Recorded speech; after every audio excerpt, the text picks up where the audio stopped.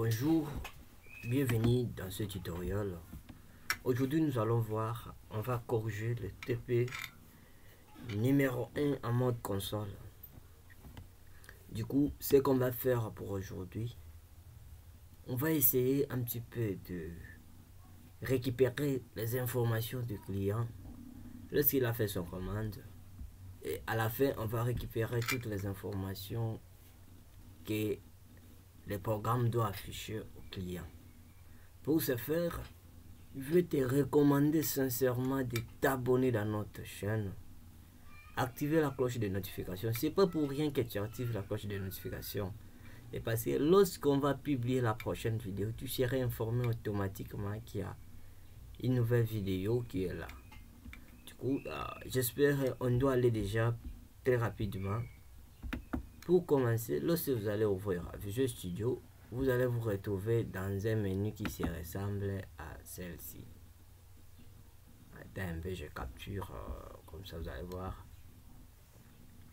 D'accord, vous allez vous retrouver ici. Ce que vous devez faire, c'est commencer par aller sur Nouveau projet ici. Voilà.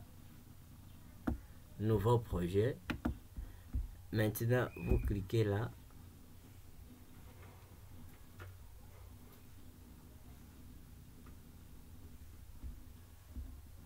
Vous allez vous retrouver ici. Si vous cliquez sur Nouveau projet là, normalement, vous devez vous retrouver ici. Tu vois? Attends, ok. Ce qu'on va faire, vous devez vous rassurer que vous êtes sur Visual Basic.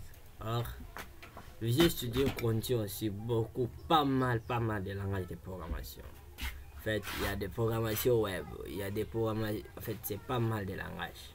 Tu vois, tu peux venir ici à autre langage, bon, tu sélectionnes, mais tu dois te rassurer que tu es sincèrement sur Visual Basic. À part ça, pour cette vidéo, on va utiliser le mode console.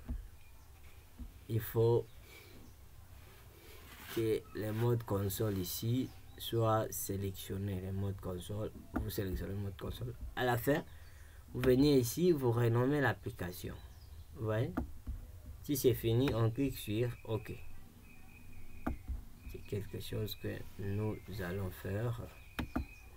Bon, ici c'est déjà sélectionné. Maintenant ici on va écrire notre application. On va appeler ça commande client. On va appeler ça commande client. Après on valide sur OK. Patientons un peu.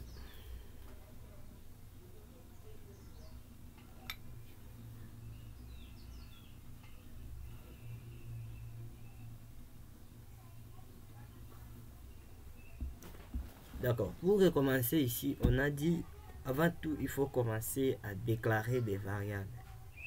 On va déclarer des variables, on peut laisser une commentaire en appuyant seulement sur la touche 4, vous aurez l'accès au commentaire. On va dire déclaration des variables. Voilà. Maintenant, on aurait besoin de la variable dim, nom de la personne d'abord.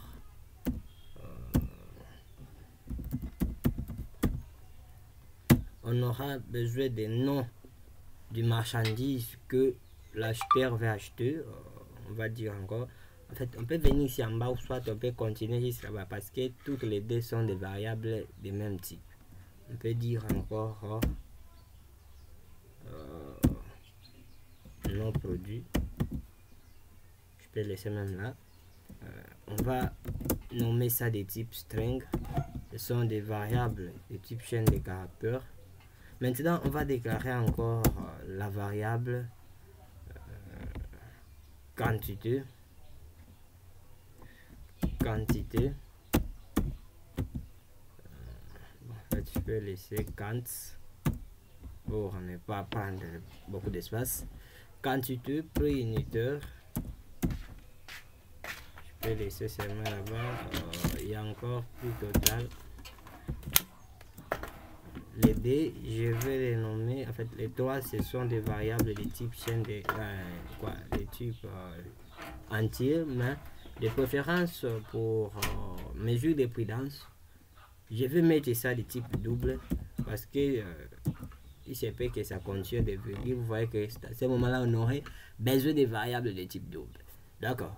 Maintenant, on peut se limiter d'abord là. Maintenant, là, on va passer à l'étape suivante d'où...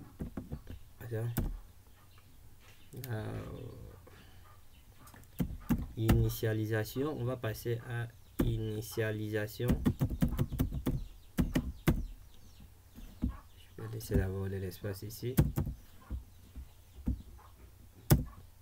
Ok, maintenant on va demander à l'utilisateur. Cette étape va consister à récupérer des valeurs que l'utilisateur va taper au clavier. En fait, on va d'abord lui demander d'entrer son nom avec les noms des produits qu'il va demander. Il entre la quantité du produit et le prix unitaire. Le programme va calculer et lui affiche toutes les informations qu'il aurait besoin. Maintenant ici on va dire console.writeLine. Console.writeLine, on fera ça, les entrecôtes.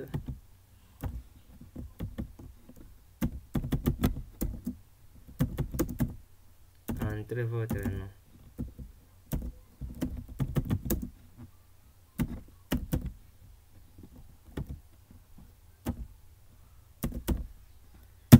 Maintenant, on va la variable non client, on va dire sera égal. Attendez, on dira ici sera égal à console.readline.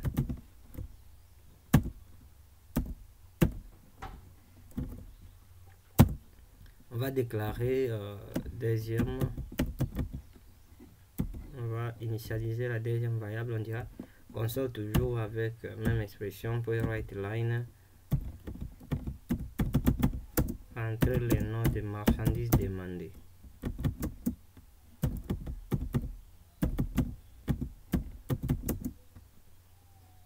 Entre les noms de marchandises commandées par exemple.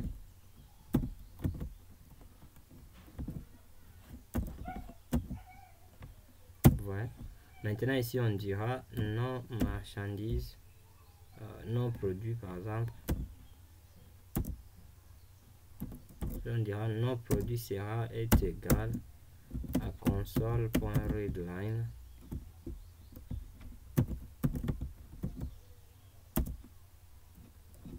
Console.readline.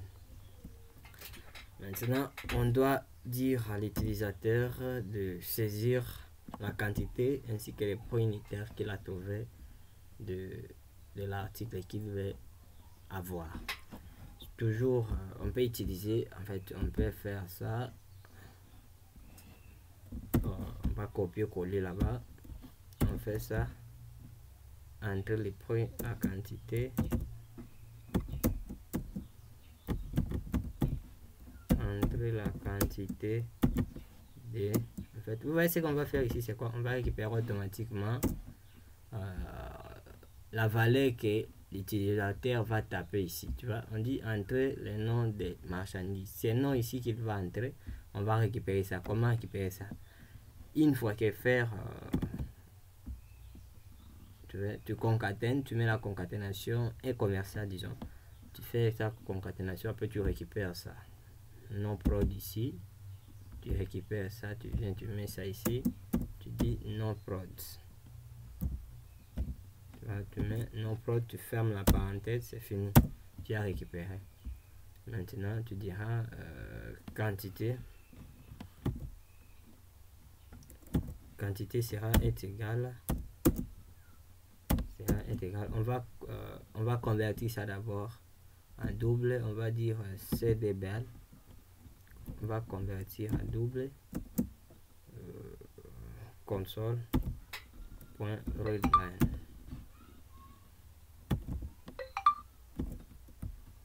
Console.readline. On peut mettre, on peut faire ça. D'accord. Maintenant ici, pour la partie suivante, on aurait besoin de savoir les points unitaires de l'article dont l'utilisateur a commandé. Pour récupérer les points unitaires, on va, avec la même expression, on fera ça console.writeLine entre les points unitaires. On peut dire combien coûte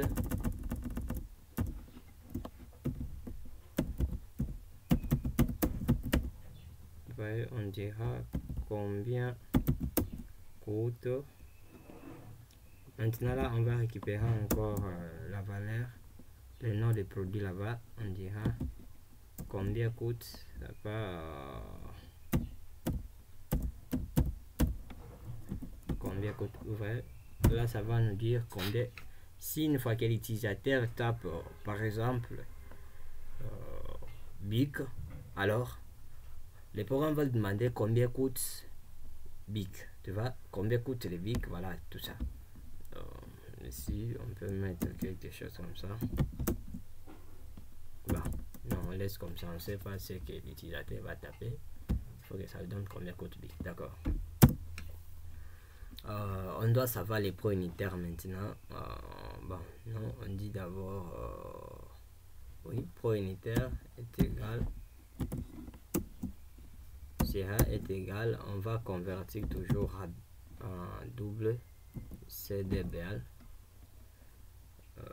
Maintenant, si on dira console.readline,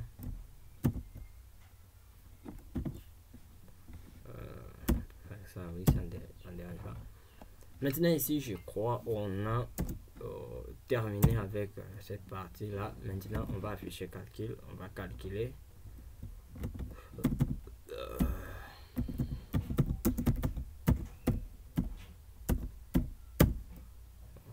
Ça ne dérange pas, ça va pas amener des dysfonctionnements à notre programme. Ok, maintenant ici on va dire la variable prix total est égale à la quantité. On va multiplier ça par les prix unitaires. Quantité, on va multiplier ça par unitaire. Maintenant si on dira, ici on applique pas grand chose. Maintenant ce qu'on va faire, on doit afficher des résultats pour que l'utilisateur voit tout ce qu'il a saisi. Maintenant ici on dira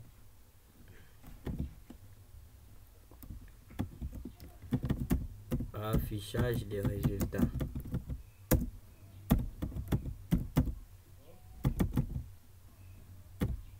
Affichage des résultats.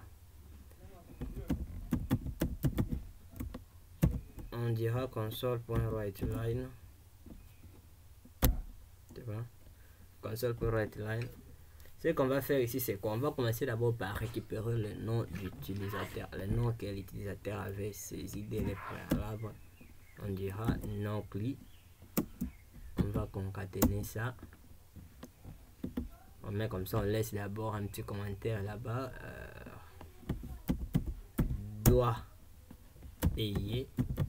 Non, ici on dit pour cette commande, en fait, on peut dire ici la totale. On peut dire ok, ici on dira la somme de, tu vois, ici maintenant on va faire ça en concaténation. On dit non prod, tu vois, on va faire ça, on va dire donne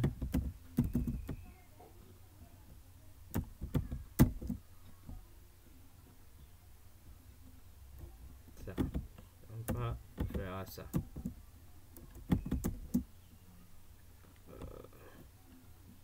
Prix total,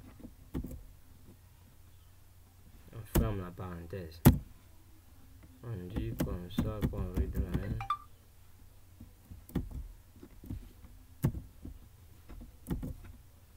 Bon, ici, bon, j'aimerais un peu vous expliquer encore ici.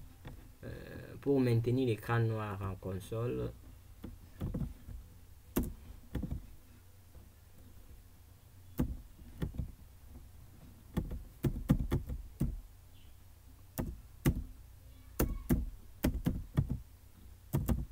Il se peut de faire seulement console. Read key. Voilà, c'est fini.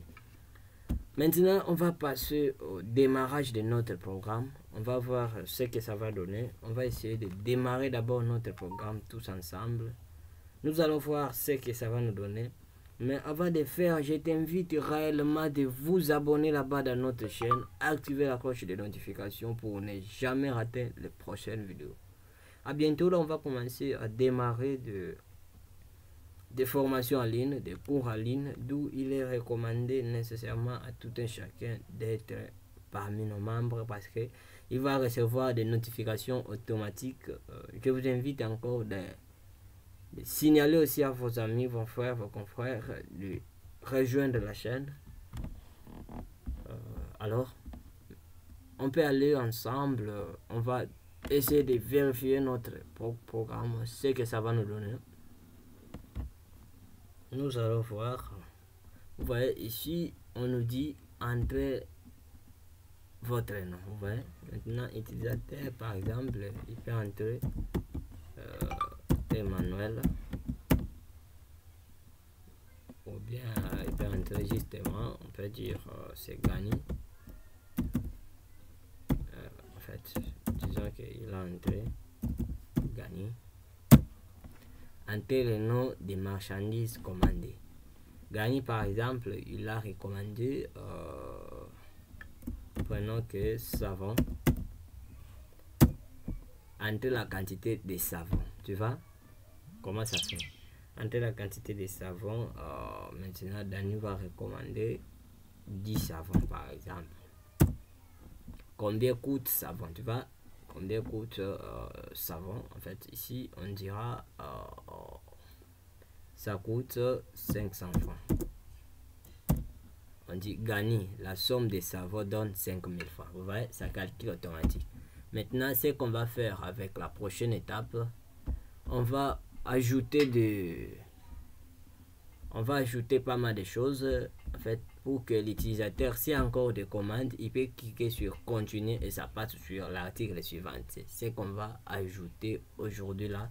S'il n'y a plus à faire, mais s'il y en a, vous écrivez là aux commentaires, comme ça nous allons continuer avec la partie suivante. Si vous avez toujours, s'il y a toujours des recommandations, n'oubliez pas d'écrire là-bas dans la description. Je serai 5h à 5h pour vous répondre, vous réexpliquer. Pour le moment, je n'aimerais pas que cette vidéo prenne pas mal du temps, mais pour aujourd'hui, nous allons nous limiter là-bas. On se voit la prochaine fois, ce soir même, pour expliquer la partie restante. Pour ce moment, j'espère on se sépare. Merci pour votre attention du début à la fin. Merci.